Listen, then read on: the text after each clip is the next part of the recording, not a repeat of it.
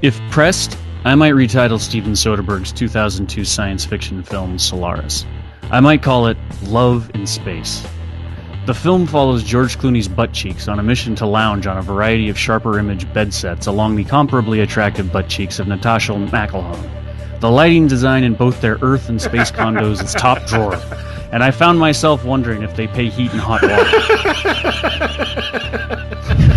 It didn't even make it through the first No, part. I had my mic muted. I had to get that. People have to hear that. I'm sorry. So continue.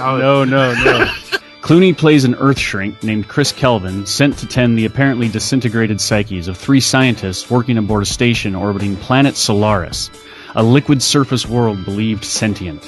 We suspect the situation has gone a bit Donner Party from their communiques of telegraphed weirdness. Why don't they just leave? Explanations are dismissed. They insist the situation needs first-hand experience. Kelvin arrives to find the station in Level 10 haunted spaceship mode. A bloody handprint here, a twitchy Jeremy Davies there. We hear voices, footsteps. Solaris beams a warm narcotic light through the windows. It lulls a body to a deep and dreamful sleep. If you don't know the story, skip ahead a bit. Kelvin is warned not to go to sleep, but does, dreams pleasantly of his long-lost wife, and awakens to find her there, physically present and smiling. She is radiant, alive, and they make love. But Kelvin can't stand the idea of this fake thing impersonating his wife and gives her the old deep six. Of course, he awakes the following morning and there is another. Just as radiant, just as alive. She is what the station occupants have come to call visitors, and each has their own, dredged up from some unhappy backwater of the psyche. This is an interesting premise, to say the least. When the original book was published in 1961 by Polish author Stanislaw Lem, it must have been a considerable leap forward for science fiction. A bright idea I find in this plot comes from the notion that the visitors start to think for themselves almost immediately upon creation. Kelvin is told by his visitor wife, "I came from your memory of her. In your memory, you get to control everything. So even if you remember something wrong, I'm predetermined to carry it out." This idea is carried to the film's end with a nice twist or two, and it offers a pretty good theological nut. Why would Solaris create beings from an imagined past they have no choice in, then bestow the curse of self-awareness on them, allowing them to become painfully conscious of their own limitations? Crack that if you can without resorting to blind faith. But Solaris comes to me, unhappily, as a story that has been picked clean for decades, not only by Andrei Tarkovsky's 1972 adaptation, but by dozens of short stories, novels, and Star Trek episodes. Plucked from the original novel, the plot was put to service harassing the Starship Enterprise every few weeks via some out-of-focus blob from which a malevolent intelligence would manifest to toy with the crew as flies to wanton boys and so forth.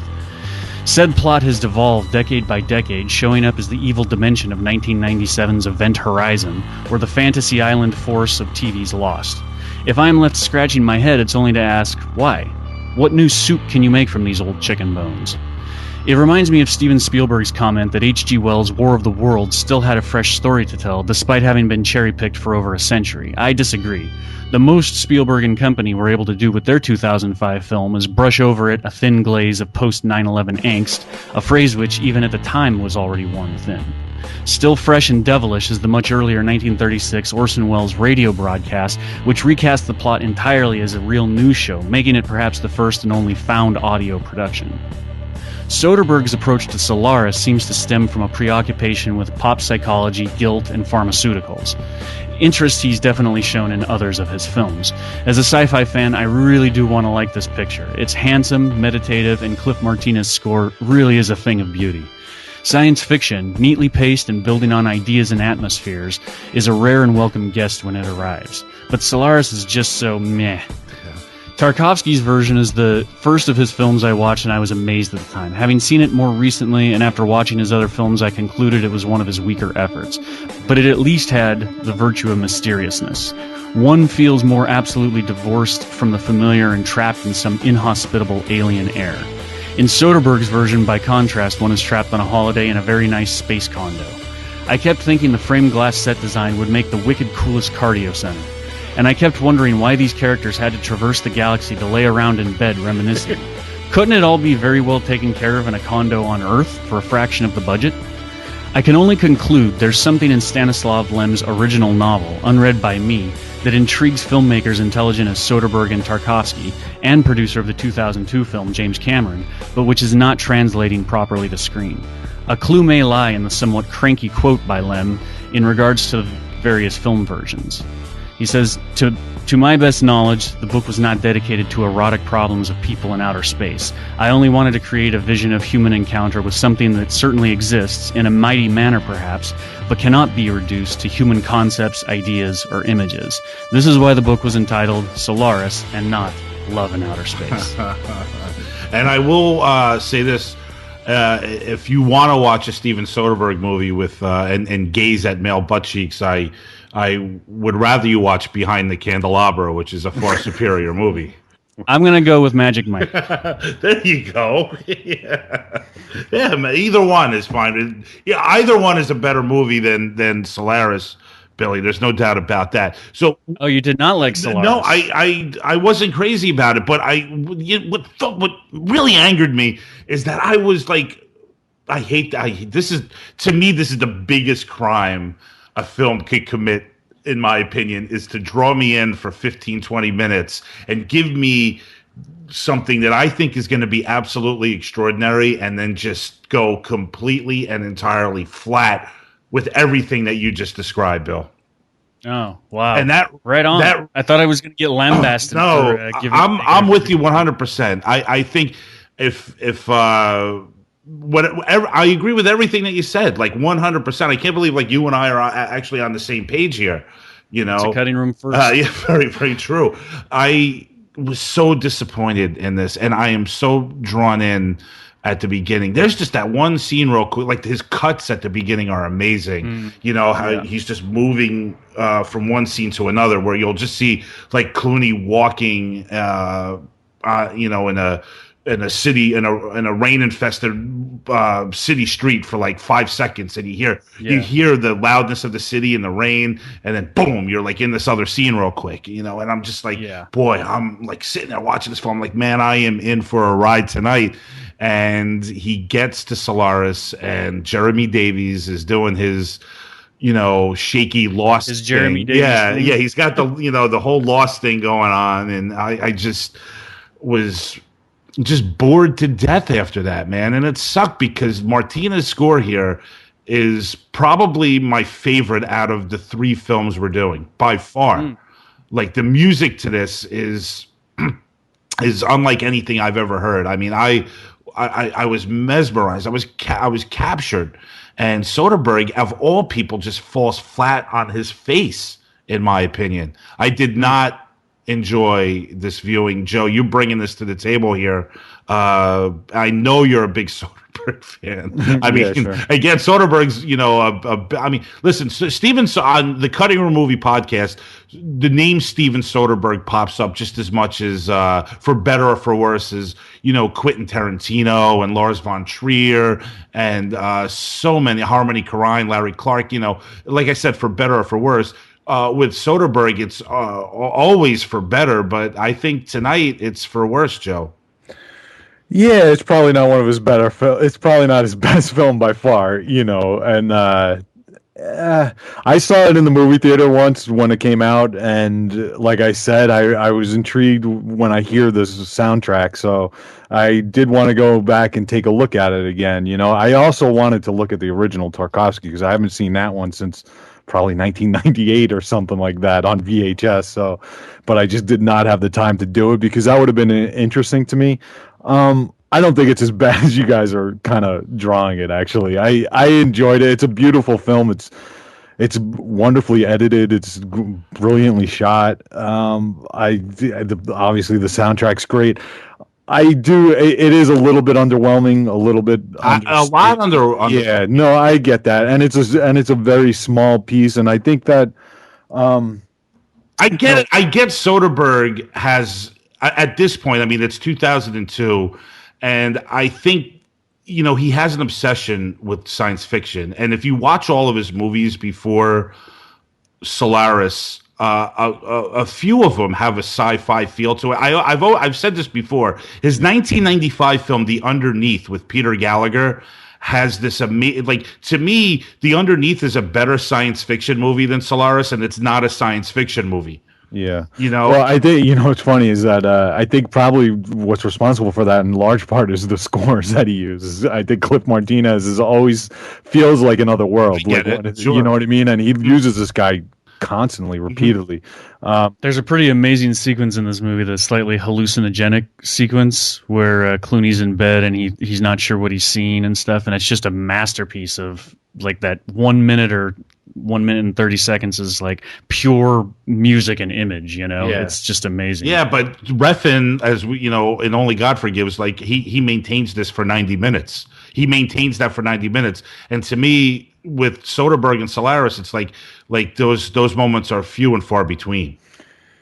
You could figure out what's going on. It's not as there's something actually to grab onto in this film. Like it's less abstract than the other two films that were Refn's film and even Spring Breakers. Maybe it didn't go far enough as far as the abstraction and the surrealism went.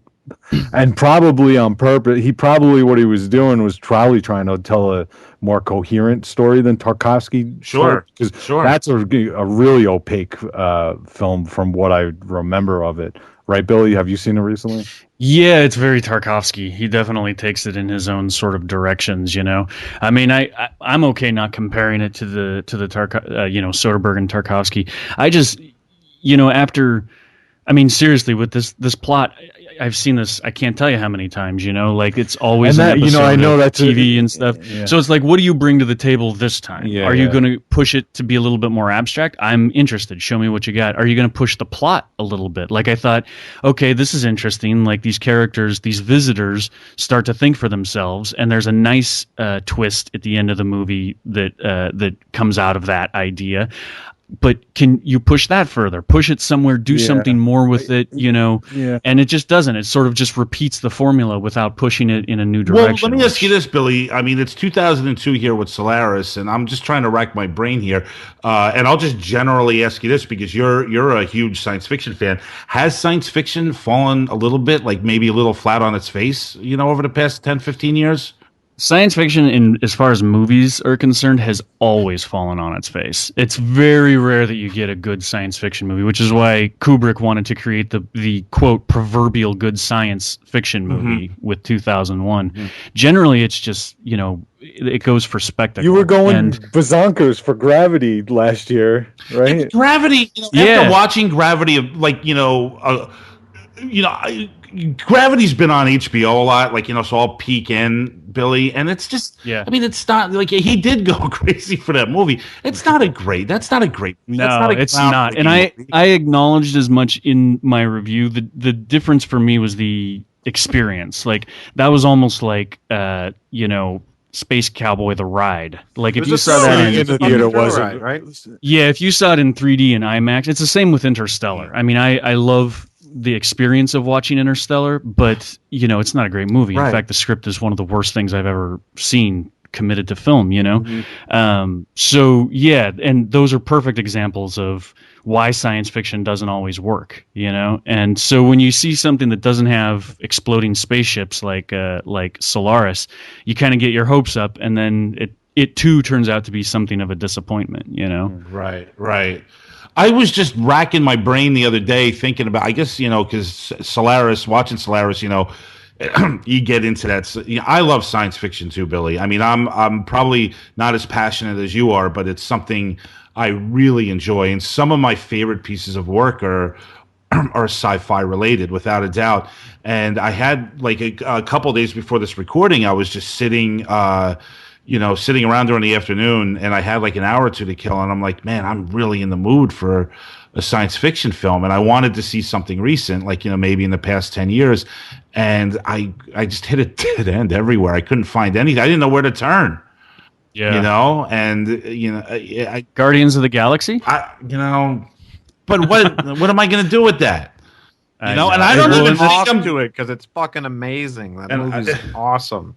It's pretty funny, actually. I'm sure it's a great fucking movie. But I'm sure it is fucking movie. I'm sure it is funny, and that's all well and good. But where's Alien? Where's that? Where's fucking The Empire Strikes Back? Where are these? They're long gone. Prometheus, man. But I'm not. That's. I don't know, man. It just doesn't. It doesn't stand up to me, you know. And it's like I like Prometheus, but it's not that. It's not that next great thing, and that's what I'm asking Billy. But are you like a teenage boy right now, or are you a grown man? Right? You've got to look at Prometheus as, I'm a teenage boy in the theater, and at an age where kids are just going to theaters and walking into movies, right? Like great sight unseen, no idea what they're walking into. But you're saying, am I a grown man or a boy? The best science fiction is the science fiction that satisfies the grown man and the little boy. Because. For sure, but I mean, Star Wars is just as important to a 50-year-old today as it is to a 5-year-old. I think to some extent you've got to look at a film like Prometheus in that context, in the context of, when Alien blew your mind, think about what age it's you not were. 2001. Think about where you were mentally. I think that's important, right? And so sometimes I try not to judge a film too harshly on that basis, and just say, listen, this wasn't made for me, this was made for somebody like me. Dave, you're way too nice with these science fiction movies. I agree with Dave, by the way. Dave, you are Mr. Nice Guy with these science fiction movies. I have a soft spot, honestly, for these weirdo endeavors. You're like, what about? I'm surprised you haven't Pacific Rimmed me yet. Pacific Rim is fucking awesome. That was a fantastic movie, and I get it. I love you. It's a piece of shit, but it's also fucking awesome. It's.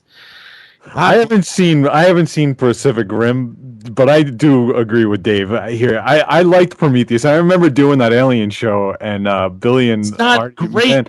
All right, it's not 2001, but 2001 is maybe one of the best 3 films ever made. I mean, what are you talking about, man? I'm sorry, my expectations are so fucking. No, Jesus, but Gravity is really good, man, and Prometheus is really good, and Interstellar is really good, man. I don't know. I mean, they're fun for what they are, I don't know. There's nowhere to go. And I think that in Billy's intro, when he's saying that these stories are just overtold in so many different ways, I mean, he mentioned like 5 movies from like Event Horizon, to whatever else he mentioned, to TV shows like Lost, Star Trek, that the story is just like being told over and over again. And I'm saying, where can you go at this point to make the next great science fiction movie?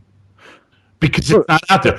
Great. Okay. Let's talk about the last big one. The last big one that I've seen anyway. Like Interstellar. You guys. I mean, was that really that bad? I listen. In all fairness, I haven't watched Interstellar. I'm going to watch it in a couple weeks. All right, Billy. I thought it was pretty freaking interesting, man. I don't know.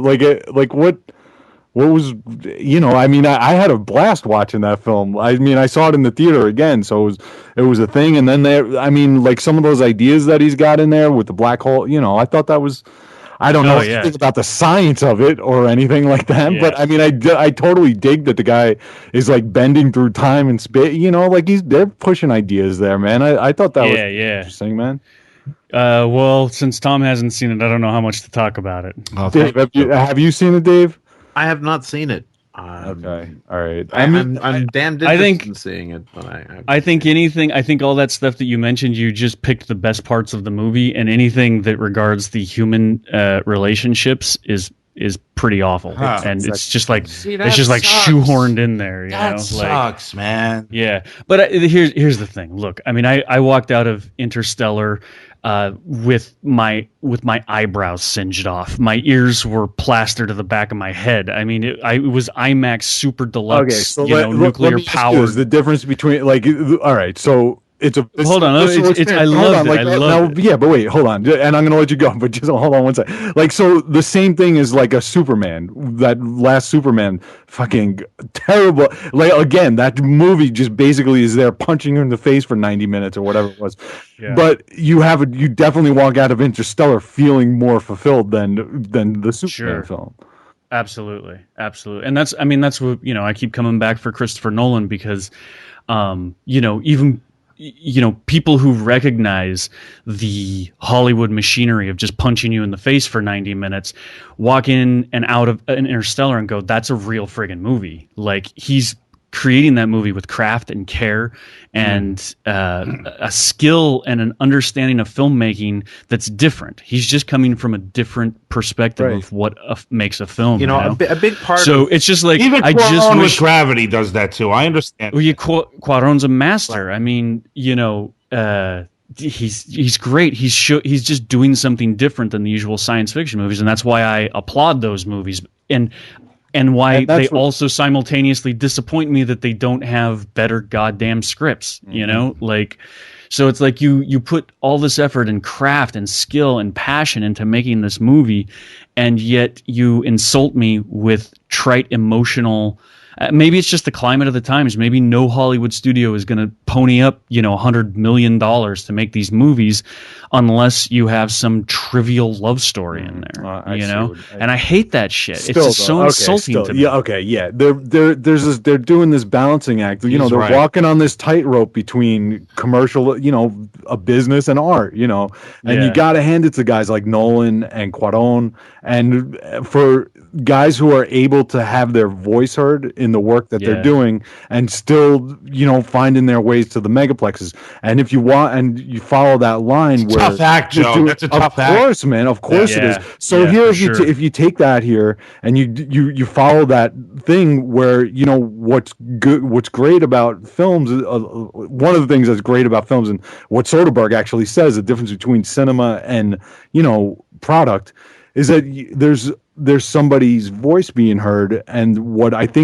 he's doing, his voice is coming from sexualizing videotape. So what he's doing is this very indie, his conception of 90s indie independent filmmaking, doing sci-fi. Sure. And so maybe he's trying something new, which I applaud. Again, I'd rather see somebody. Look, let's face it. The sci-fi is a conceit in this film, right? Mm-hmm. The sci-fi is a trapping. The sci-fi is just, it's a way to explain how the wife got there, right? That's really all it's there for. It doesn't exist for any other purpose. And in fact, in every other case that it's applied in the film, it's fucking irritating. Right, so like their future jackets and stuff like that. They're silly plastic future jackets. Like, we're not going to be wearing like the same kind of jackets in the future. We're going to have like plastic future jackets. So I don't love the plastic future jackets. They look wonderful, but at the same time, it's like, this is the silly, all this stuff is just a conceit, right? All this stuff is just it's all just to explain how the dead wife is there, so that they have the dynamic between him and the dead wife. That's it. That's all it's there for. Mm-hmm. Right, and so it's barely a sci-fi film at that point. It is condos in space, because it could have taken place in a condo. It didn't need the setting. A meteor lands behind a condo building and resurrects the guy's dead wife. Like, you could, There's tons of ways you could have, skinned this cat. And I'm actually, that's my big disappointment in the film, is not feeling the sense that Solaris was more of a presence, right? Right. That's, I think, the main thing that was, from what I understand, that was what the author of the original book was trying to get across, was this sense of genuine alien, like a group of humans or an individual human confronting a genuine sense of alienness and how the reaction is to it. But I agree with your point that it's barely a science fiction movie, but all the best science fiction movie is barely science fiction. Absolutely. I define science fiction as a hypothetical scenario that changes your view of the world you live in. So speculative fiction, essentially. Speculative, as Harlan Ellison likes to say, speculative fiction. So I'm okay with that. My beef is pretty much the same beef you have, Dave, which is that it wasn't pushed. It leans on the emotional relationship, the romantic story, the same as Interstellar and the same as Gravity, where it's like, okay, well, that's fine, but you have a very interesting scenario and you're not really pushing it into areas that are interesting to me, Well, I disagree with that. I actually do think that they bring up some interesting ideas. I disagree as well. I think it's tremendously interesting, but I seem to have a very different impression and experience with this film than you guys. So, You know, I'm hearing Which is what? Well, I tremendously enjoy it. I think it's fantastic. I mean, there's definitely some absolutely ridiculous bullshit elements of this film, and so I think almost all the criticism I've heard of it is I can't invalidate it. But I enjoy the film tremendously on a completely emotional level. I think that's great. If you could, dude, that's awesome. I honestly and I actually dig it on an intellectual level. I really enjoy some of those ideas that he's bringing up that I've never contemplated or seen in film. Like, well, you know, I'll tell you something. One of the things that really struck me about this film, there's a quote in the film, and it's stuck with me ever since I watched the movie. It bothered me because I relate to it. I relate to it extremely well. But it's the quote where he says, and I've got it here because we got the internet and shit now.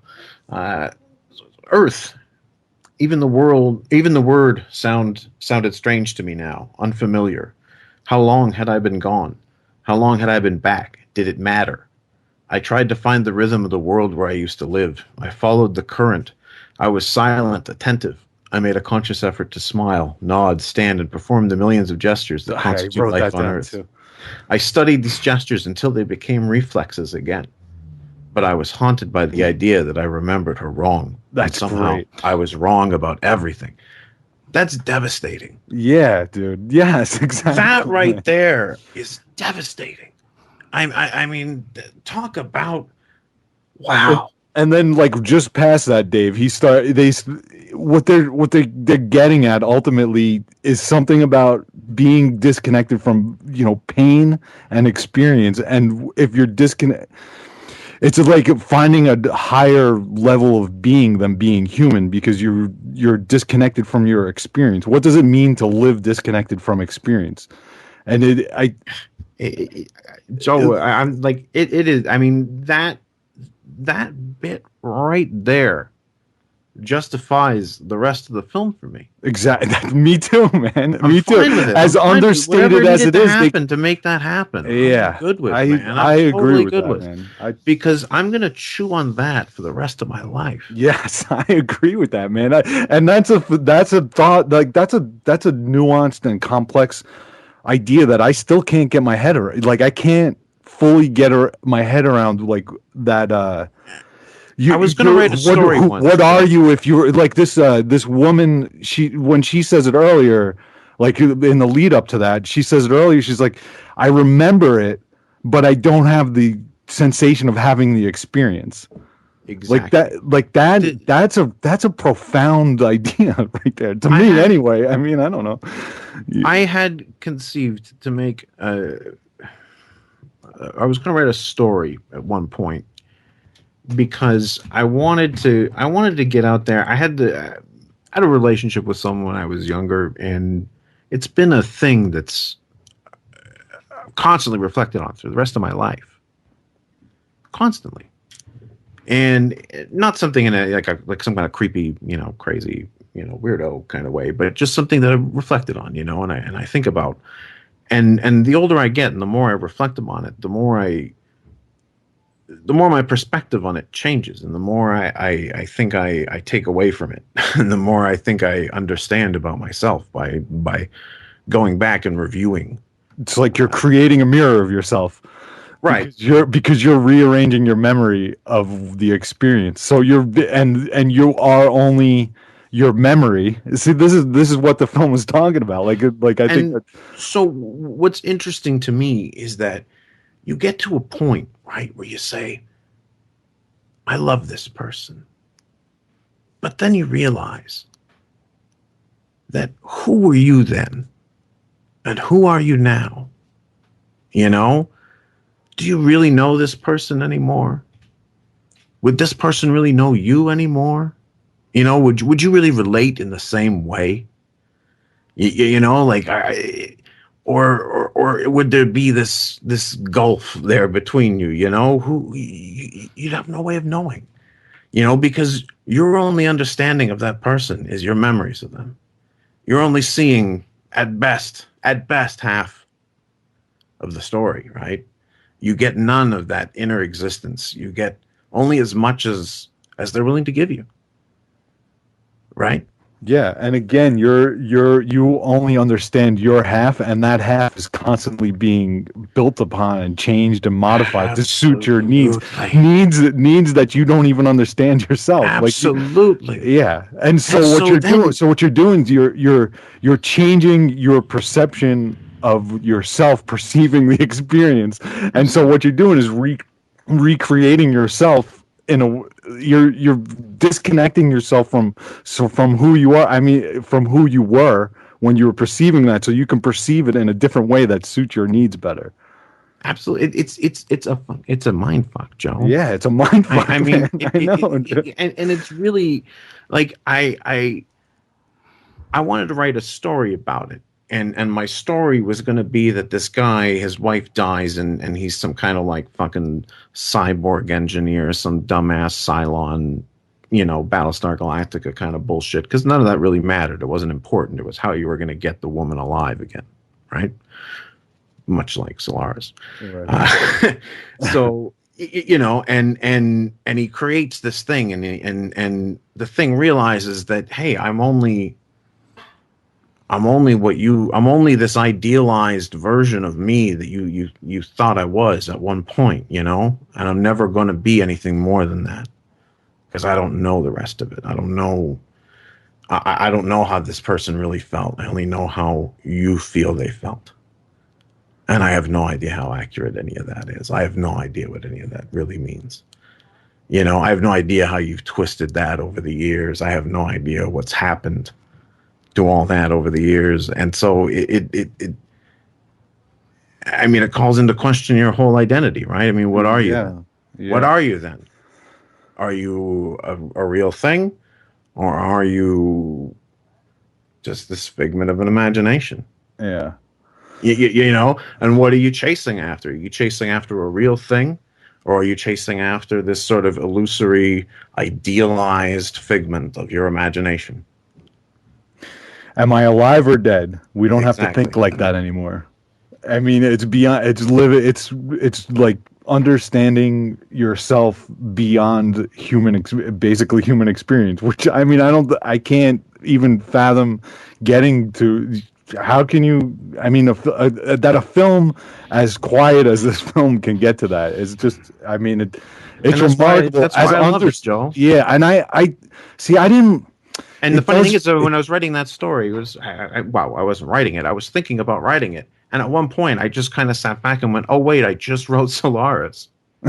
Yeah, I know, and the thing is that I agree with them though too, that it's very underwhelming. It's very underwhelming, very understated. But at the same time, there's something in it that I think that is separate. I think Billy and friend Tom went out for a beer together. Yeah, well, now every time Dave went off on a monologue, I got hypnotized, and all I heard was Cliff Martinez music playing behind him. Like, if you don't edit that in, I'm going to be very disappointed. I wish I could, man, but they won't let it go on YouTube. Yeah, it sucks, man. That's not we're doing it, man. Yeah, I wish. I was going to jokingly say, and I respect Joe and Dave. I respect you both for that conversation, and I'm so glad that you were able to find something in Solaris that is just so unique and beautiful, and something that you're both very passionate and share the same feelings about. It's tremendous. But Billy, I was going to jokingly say that if they were at my house right now at a party and I was like standing by them, I think I would have went outside and had a cigarette. Oh boy. Yeah, I'd be out there with you now. No, I'm actually very glad that someone finally mounted an intelligent defense against me sitting here punching this poor movie in the face for 15 minutes. Yeah, it's great. Someone needed to defend it properly, and I think that was a lovely and remarkable defense. Yeah, if this was a courtroom, Bill, you and I would have gotten our ass kicked there. I would have torn off my shirt and yelled, "I'm mad as hell and not going to take it anymore," and gone out and bought a Blu-ray of Solaris. That's how I get their panties off, Billy. I know, you clever That's how boy. I get their panties off. All right, guys. Thanks a lot for talking about Soderbergh and Solaris and science fiction. We're going to move on. We're going to do some Harmony Korine to wrap up the show. Someone who we've devoted a whole show to about a year and a half ago, and he is one of the most extraordinary filmmakers working in American cinema, one of my personal favorites. We're going to do his latest effort, Spring Breakers, and we're going to catch up with what he's up to. So let's get to that. I have the duty of introducing Spring Breakers. So